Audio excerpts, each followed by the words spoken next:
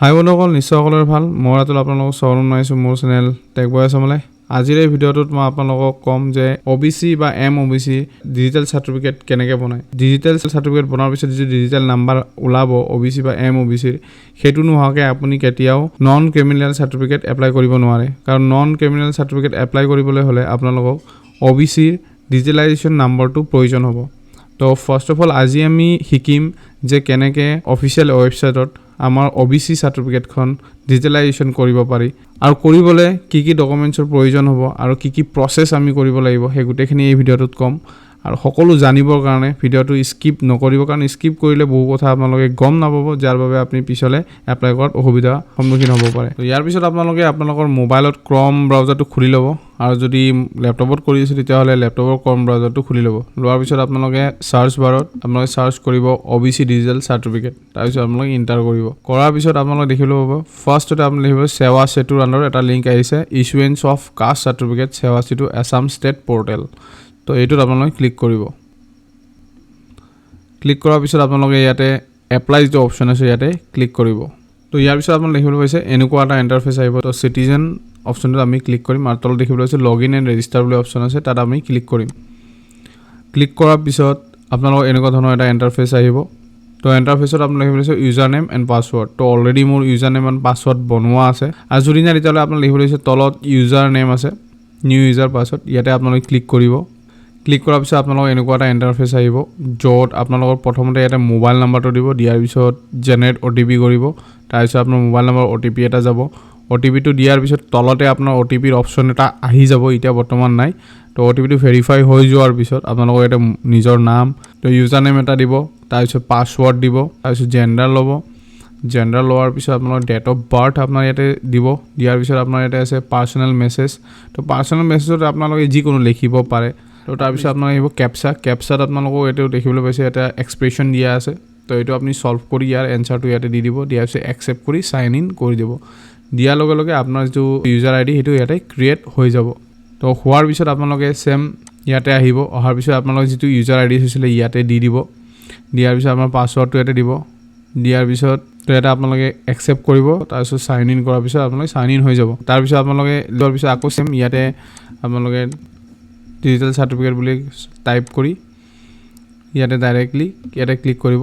তো ডাইৰেক্ট আপুনি তাত ৰিডাইৰেক্ট হৈ যাব। আৰু ইয়াৰ যিটো লিংক মই ডেছক্ৰিপশ্যনতো দি দিম, যেতিয়া আপোনালোকে ডাইৰেক্টলি ইয়াতে আহিব পাৰে। তো ইয়াতে এপ্লাই কৰি দিলোঁ। যিহেতুকে আপোনাৰ অলৰেডি লগ ইন হৈ গৈছে, তো আপোনাক আৰু লগ ইন নুসুধে, ডাইৰেক্টলি ইয়াতে আহি যাব। অহাৰ পিছত আপোনালোকে দেখিবলৈ পাইছে ইয়াতে লিখা আছে কিছুমান ইম্পৰ্টেণ্ট দৰকাৰী কথা, যিটো আপোনালোকে জানিব লাগে।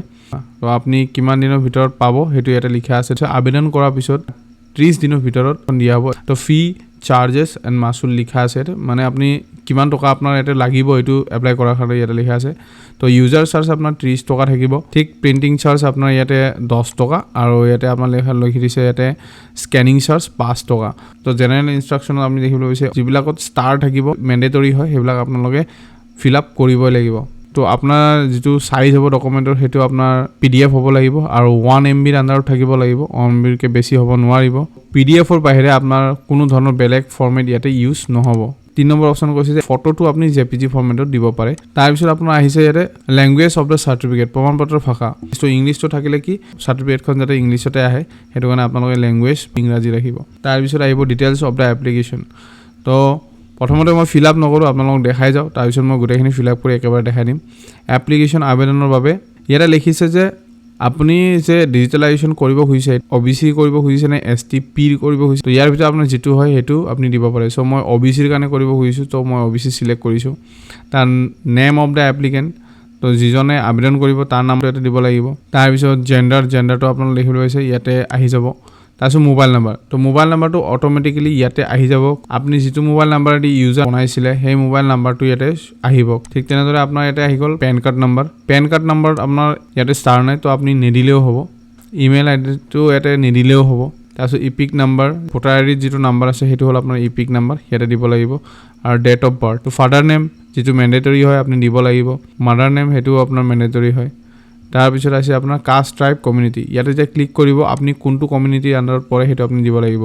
আহোম, বৰজুবি, বড়ো, কছাৰী যি পৰে আপুনি ইয়াতে দিব লাগিব। দিয়াৰ পিছত সাবকাস্টটো যেতিয়া আপুনি ইয়াতে সিলেক্ট কৰিব অটোমেটিকলি ইয়াতে সাবকাস্টটো দেখাই দিব তাৰ পিছত আহিব আপোনাৰ এড্ৰেছ অফ দা এপ্লিকেন্ট তাৰ পিছত আপোনালোকে হাউস নম্বৰটো দিয়ক নিজৰ আৰু এইখিনি গোটেই আপোনাৰ ইম্পৰ্টেন্স হয় যে আপোনালোকে দিব লাগিব তাৰপিছত ষ্টেট কি হয় আপুনি দিব ডিস্ট্ৰিক্ট কি হয় দিব সাব ডিস্ট্ৰিক্ট দিব তাৰপিছত আপোনাৰ আহি গ'ল সাৰ্কেল অফিস তো অটোমেটিকলি এইবিলাক সিলেক্ট কৰিলে আপোনাৰ সাৰ্কেল অফিসটো ইয়াতে দেখাই দিব অপচনত আহি যাব সেইটো আপোনালোকে দি দিব তাৰপিছত মৌজা তাৰপিছত আহিব ভিলেজ টাউন পুলিশ ষ্টেচন দিব লাগিব পোষ্ট অফিস দিব লাগিব এন্ড পিন কোড দিব লাগিব তো আলটিমেটলি আপুনি দেখিবলৈ পালে যে ইয়াতে ভিলেজও আছে পোষ্ট অফিসও আছে পুলিশ ষ্টেচনো আছে পিন কোডও আছে তো ওপৰৰ যেটো অপচন আমি আগতে দেখিবলৈ পালো এড্ৰেছ লাইন 1 এড্ৰেছ লাইন 2 তো ইয়াতে ম্যান্ডেটৰিও নহয় ইয়াতে ওপৰত ষ্টাৰ নাই যেটোকে এই দুটা এৰি দিব পাৰে তাৰ পিছত আমি এইটো হোৱাৰ পিছত 7 নেক্সট কৰিম তো ইয়াৰ আগত মই এখন ভৰাই লৈছো ভৰালে একবাৰ ইয়াৰ ইন্টাৰফেসটো আপোনাক দেখাই দিছো তো ইয়াতে মই দেখিছে মই গোটেইখিনি ফিল আপ কৰিছো আপুনি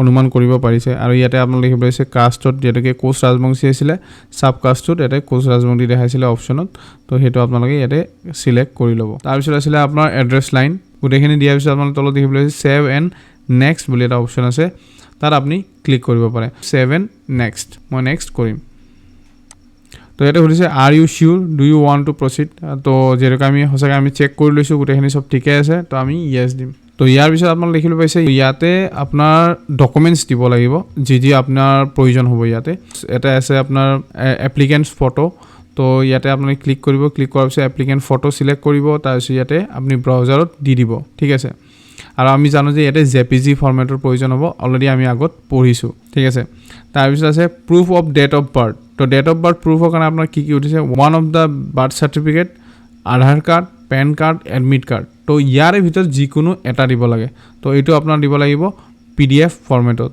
তো আমি বেসিক্যালি দিম আধাৰ কাৰ্ড ঠিক আছে তাৰ পিছত এটা আহিব প্ৰুফ অফ ৰেসিডেন্ট এটা প্ৰুফ অফ ৰেসিডেন্টত আপোনাৰ এটা আহিব পিআৰসি ইপিক হল আপোনাৰ ভোটাৰ আইডি ল্যান্ড ডকুমেন্ট তো আপোনাৰ খাজনা ৰচিদ বা ল্যান্ড হোল্ডিং সাৰ্টিফিকেট এইবিলাক আপুনি দিব পাৰে তাৰপিছত আহিব ইলেক্ট্ৰিসিটি বিল যদি আপোনাৰ নিজৰ নাই ইলেক্ট্ৰিসিটি বিল আৰু ৰেশন কাৰ্ড তেতিয়াহলে আপোনাৰ পেৰেন্টও দিব পাৰে তো ইয়াতে মই ক্লিক কৰিছো ক্লিক কৰাৰ পিছত যেটোকে আধাৰ কাৰ্ড আছে তো মই আধাৰ কাৰ্ডে ইয়াতে দিম কাষ্ট সাৰ্টিফিকেট অফ ফাদাৰ তো ইয়াতে কোনো ধৰণৰ ম্যান্ডেটৰি অপচন নাই তো এইটো আমি স্কিপ কৰিব পাৰো তো তাৰপিছত আহিছে আপোনাৰ recommendation of authorised caste tribe community organisation notified state government existing caste certificate এটা সুধিছে যদি আপোনাৰ যে ট্ৰাইব কমিউনিটি আছে তো নিজা সংঘ থাকে তো তাত গৈ আপুনি লিখি আনি ইয়াতে আপুনি প্ৰিন্ট আউট কৰি পিডিএফ বনাই ইয়াতে দিব পাৰে তাৰপিছত আছে any other document voter list affidavit existing card caste certificate তো এটা যদি আপোনাৰ কিবা যদি নাম সামৰ কিবা প্ৰবলেম আছে বা আপুনি নতুনকে নাম শুধৰাইছে আধাৰ কাৰ্ডৰ লগত মিলা নাই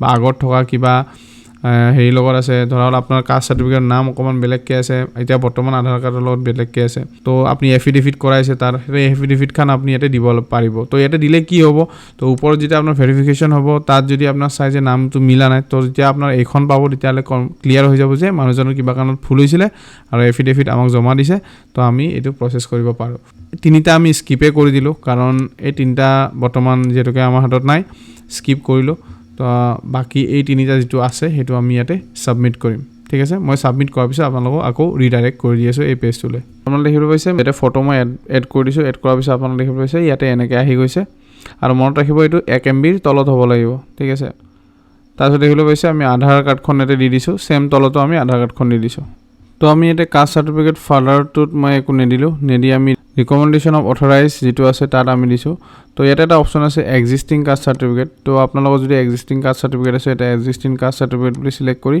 এটো দি দিব আপোনাৰ এক্সিস্টিং কাষ্ট সাৰ্টিফিকেটটো এটা আপলোড কৰি দিব তাৰ পিছত আমি সাবমিট কৰি চাম তো দেখিবলৈ পাইছে ফাদাৰৰ যেটো অপচন আছিল হেতু যদি আপোনাৰ নাই তেতিয়ালে তলৰ যেটো অপচন আছিল এক্সিস্টিংৰ হেতুৰ আপুনি এপ্লাই কৰিব পাৰে আৰু যদি নিজৰ নাই এক্সিস্টিংৰ তেতিয়ালে ফাদাৰৰ যদি আছে হেতু দিব পাৰে মানে দুটাৰ ভিতৰত এটা দিব লাগিব আৰু লগতে ইয়াতে আপুনি এটো এটা প্ৰিন্ট ৰাখিব পাৰে যে আপুনি কি কৰিছে কি কৰা নাই এটো গোটেইটো আপোনাৰ এটা ডিটেইলছ থাকে তো ফিউচাৰৰ কাৰণে ভাল তো মই এটা প্ৰিন্ট ৰাখি দিছো সেভ কৰি তো সেভ কৰাৰ পিছত আপোনালোকৰ তলত এটা অপচন আছে মেক পেমেন্ট তো এটা আমি ক্লিক কৰিম ক্লিক কৰাৰ পিছত আপোনালোক দেখাব যে কিমান পেমেন্ট কৰিব লাগিব টোটাল আপুনি 40 টকা আপুনি পে কৰিব লাগিব এটা পেমেন্ট কৰিম তো ইয়াতে যোৱাৰ পিছত মই এক্সিস বেংকটো মই এটা সিলেক্ট কৰি লৈছো লোৱাৰ পিছত আই এগ্ৰি কৰি দিছো দিয়াৰ পিছত প্ৰসিড টু পেমেন্ট কৰাৰ পিছত ইয়াতে ক্লিক কৰি দিছো ভিসা মাষ্টাৰ কাৰ্ড যিহেদি আপুনি ইচ্ছা কৰে কৰিব পাৰে এটা কাৰ্ডৰ বিষয় আছে এটা আছে আপোনাৰ ইণ্টাৰনেট বেংকিং আৰু এটা আছে UPI তো আমি UPI ত গৈছো UPI অপচনত গৈছো আৰু মোৰ যেটো UPI আছে মই UPI ইয়াতে দি দিম তো UPI টো দিয়াৰ পিছত আপোনালোকে দেখিবলৈ আছে এটা ভেৰিফিকেশন কোড এটা আহিছে ইয়াতে আপোনালোকে পাব তো UPI টো মই সম্পূৰ্ণকৈ আপোনালোকক দেখুৱা নাই ফৰ সিকিউৰিটি ৰিজন আপোনালোকৰ ফোনত UPI যেটো আপোনালোকে কৰিছে তো সেই UPI ত আপোনালোকৰ মেছেজ আহি যাব আৰু পেমেন্টটো তাত কৰাই দিব তো মই পেমেন্টটো মোবাইলত কৰি দিছো মোবাইলত মোৰ আহি গৈছে তো দেখিবলৈ পাইছে পেমেন্ট কৰাৰ লগে লগে ইয়াতে অটোমেটিক্যালি চেঞ্জ হৈ গৈছে যেটো পেমেন্ট সাকসেসফুল হৈ গল সো লগইন কৰি মই চেক কৰিম যে মোৰ এটো পেমেন্ট সাকসেসফুল হৈছে না হোৱা নাই ঠিক আছে তো আকৌ মই এটো স্কিপ কৰি দিম তো মই এটা দেখিবলৈ পাইছে ইয়াতে মাই এপ্লিকেশনছ আছে মই ইয়াতে ক্লিক কৰিম ক্লিক কৰাৰ পিছত মই সাম কেটা এপ্লিকেশন মই কৰিছো তো এই পেমেন্ট স্ট্যাটাস আছে এটো পেমেন্ট স্ট্যাটাস আপনি পাই যাব আৰু একনলেজমেন্টটো ইয়াতে আপনি লিখিব পাব এটা আহি গৈছে একনলেজমেন্ট তো দেখিবলৈ পাইছে পাৰ্থপ্ৰতিম বৰুৱা এটো একনলেজমেন্ট কপি এটা ওলাই গৈছে যে এইটো ইমান তাৰিখে কিমান টাইমত আপোনাৰ ৰিখন ৰেজিস্টাৰ হৈছে আপোনাৰ পেমেন্ট সাকসেসফুল হৈছে আৰু এটা GRN নম্বৰ আপোনাৰ আহিছে উইথ মোবাইল নম্বৰ আহিছে তো আপুনি এটা ট্ৰেক কৰিব পাৰিব এপ্লাই কৰা 5 দিন পিছতে আমি সাৰ্টিফিকেটখন পাই গৈছো তো মই আপোনালোক দেখাই দিছো যেতিয়া আপোনালোক লগইন কৰিব এনেকুৱা বেষ্টটো আহিব আৰু তলত আপুনি যেতিয়া আহিব অহাৰ পিছত দেখিবলৈ পাইছে যি আপুনি এপ্লাই কৰিছে গোটেইখিনি ইয়াতে ৰেকৰ্ড থাকিব তো ইয়াতে আপোনালোকে দেখিবলৈ পাইছে ডাউনলোড সাৰ্টিফিকেট বুলি অপচন এটা আহি যাব তো ইয়াতে আপোনালোকে ক্লিক কৰাৰ পিছত আপোনালোকৰ সাৰ্টিফিকেটখন ডাউনলোড হৈ যাব তো দেখিবলৈ পাইছে এইখনৰ সাৰ্টিফিকেট এখন ডাউনলোড হ'ব তো আপোনালোকে দেখিবলৈ পাইছে সাৰ্টিফিকেট নাম্বাৰ বুলি আহিছে এই নাম্বাৰটোই হ'ল মেইন নাম্বাৰ যেটো আমাৰ প্ৰয়োজন হ'ব নন ক্ৰিমিনেল সাৰ্টিফিকেট বনাবলৈ তো আশা কৰিছো আজিৰ ভিডিঅ'টো নিশ্চয় আপোনালোকে কিবা নহয় কিবা এটা শিকিব পাইছে আৰু ইয়াৰ ভাবো কি আপোনালোকৰ বহুখিনি হেল্প হ'ব বুলি তো যদি আপোনালোকৰ হেল্প হৈছে আৰু যদি ভাবিছে কিবা নহয় কিবা এটা শিকিব পাৰিছো বুলি তেতিয়াহলে নিশ্চয় মোৰ চেনেলটো সাবস্ক্ৰাইব কৰিব নাপাহৰিব যদি ভিডিঅ'টো ভাল লাগিছে সাপোৰ্টৰ বাবে এটা লাইক কৰি দিব তো আজিলৈ আহিলো ভিডিঅ'টো চোৱাৰ বাবে অশেষ ধন্যবাদ